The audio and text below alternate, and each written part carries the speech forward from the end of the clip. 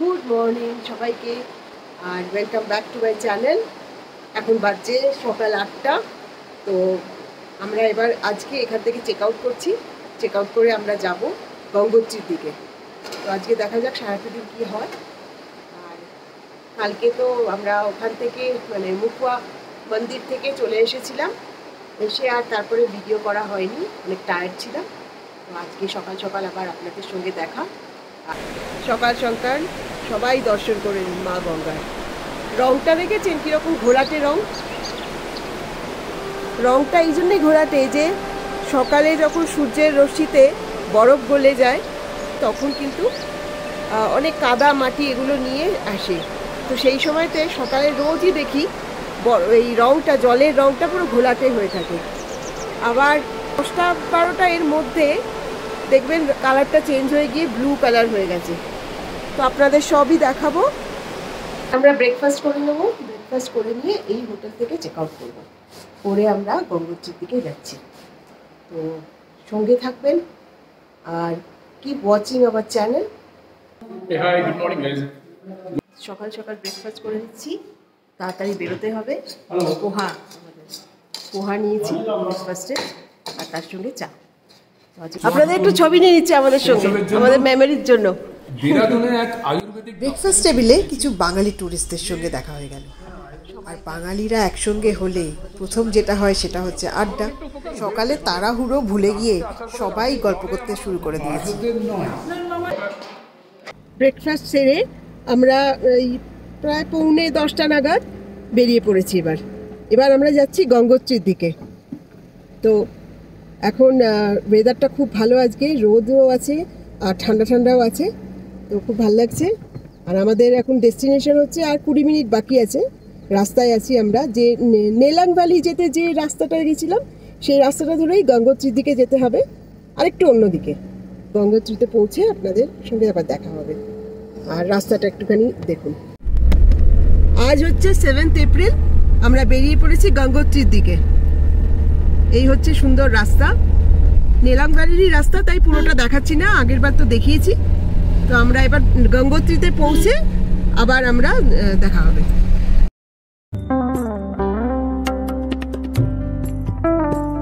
আমরা এবার ধরে নিলাম গঙ্গোত্রীর রাস্তা। এবার গঙ্গোত্রী যেতে এখান থেকে লাগবে 13 মিনিট। নেলাং ভ্যালির রাস্তা পাশেই ছিল, বাঁদিকে সেটা ছাড়িয়ে ওপরের দিকে আরো উঠছি আমরা গঙ্গোত্রীর দিকে।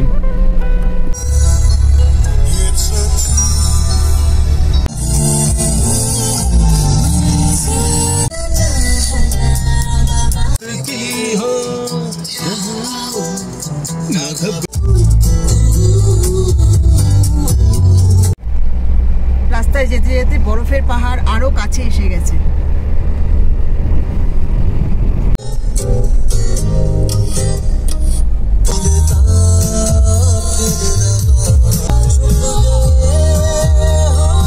খুব সুন্দর ভিউ দেখুন, সেজন্য একটু দাঁড়ালাম। সামনের ভিউটা একবার দেখুন, কি সুন্দর।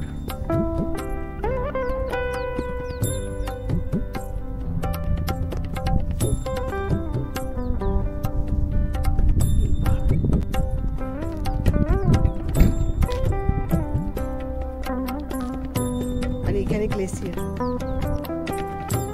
চারিদিকে দেবদার আর পাইনের ফরেস্ট, এখানে গ্লেসিয়ার পড়ে। আমরা এখন গঙ্গোত্রীর রাস্তায়। কি সুন্দর সিনিক বিউটি, তাই একটু দাঁড়িয়ে গেলাম।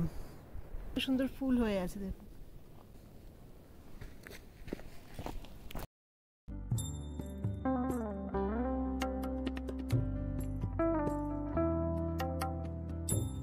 বাঁদিকে একবার গ্লেসিয়ারটা দেখুন, অনেক পুরনো বরফ মনে হচ্ছে, পড়ে জমে আছে।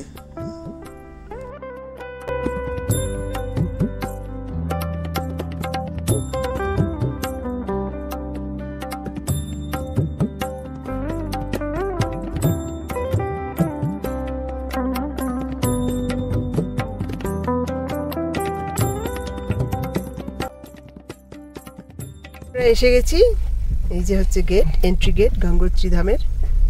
এবার যাচ্ছি, চলো এগিয়ে যাই।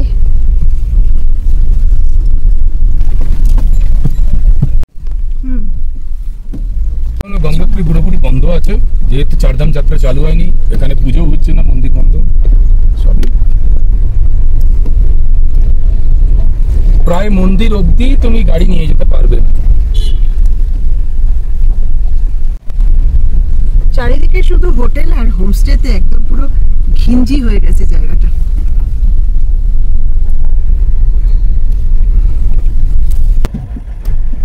চারধামের এখানে ম্যাপও দেওয়া আছে।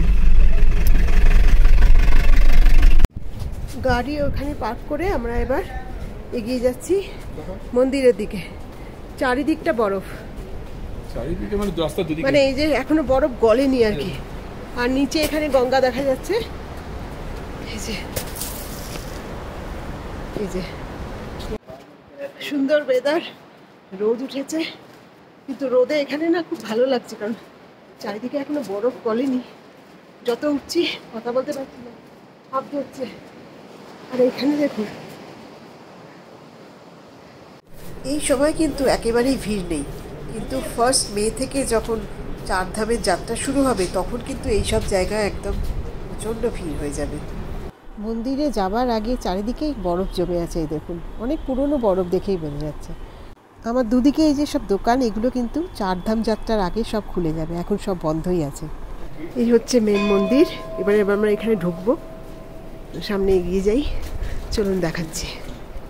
আমরা এখন গঙ্গোত্রীর মেন মন্দিরে, যে মন্দির মা গঙ্গার জন্য তৈরি হয়েছে। মা গঙ্গার পুজো হয় এখানে। পুরাণের কথা অনুযায়ী রাজা ভগীরথ এখানে তপস্যা করতে এসেছিলেন তার পূর্বপুরুষদের পাপস্খলন করার জন্য। তারই তপস্যায় মা গঙ্গা এখানে আবির্ভূত হন। গঙ্গা নদীর উৎপত্তি এবং আবাসস্থল হচ্ছে এই গঙ্গোত্রী।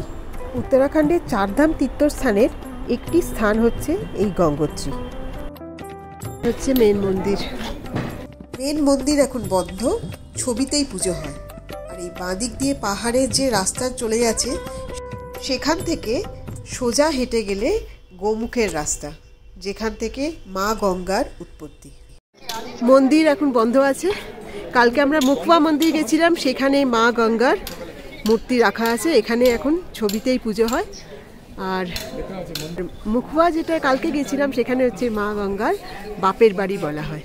তো সেখানেই আমরা দেখে এসেছি সোনার মূর্তি, খুব সুন্দর। আপনাদের দেখিয়েওছি সেটা, মানে আগে চারিদিকটা আপনাদের একটু ঘুরিয়ে দেখিয়ে দিই। গোমুখের উৎপত্তি স্থল থেকে মা গঙ্গা যে বয়ে চলেছেন এই গঙ্গোত্রীর ওপর, এখানে কিন্তু ভাগীরথী বলা হয়।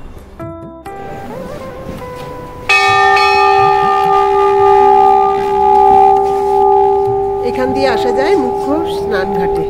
এবার আমরা স্নানঘাটে এগিয়ে যাচ্ছি। গঙ্গোত্রী থেকে মা গঙ্গা ভাগীরথী নামেই বয়ে চলেছেন।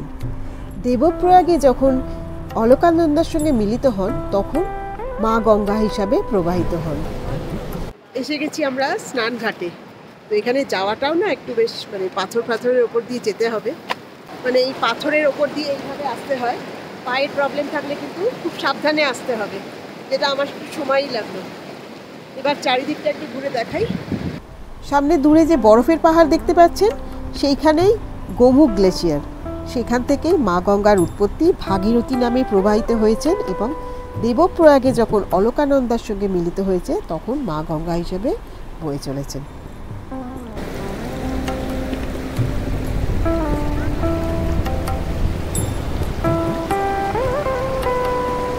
হর হর গঙ্গে, জয় মা গঙ্গে বয়ে চলেছে। এত হাওয়া দিচ্ছে যে এখানে কথা বলতে খুব অসুবিধা হচ্ছে। খুব ঠান্ডা হাওয়া, চারিদিকে বুঝতেই তো পারছেন বরফ জমে আছে, এখনো সেই বরফ গলেনি।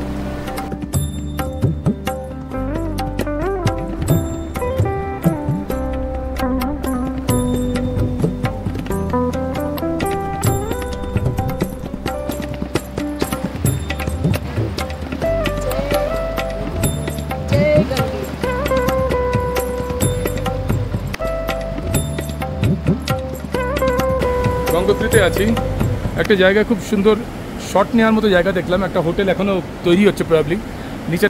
নিচে দিয়ে গঙ্গা বয়ে যাচ্ছে, ওখানে সম্পূর্ণরূপে বরফ আপনারা দেখতে পাচ্ছেন জমে আছে চারদিকে। বরফ জমে, ওপরেও বরফ, এই ওদিকে নন্দিনী দাঁড়িয়ে একটু ফটোর চেষ্টা করছেন। খুবই সুন্দর।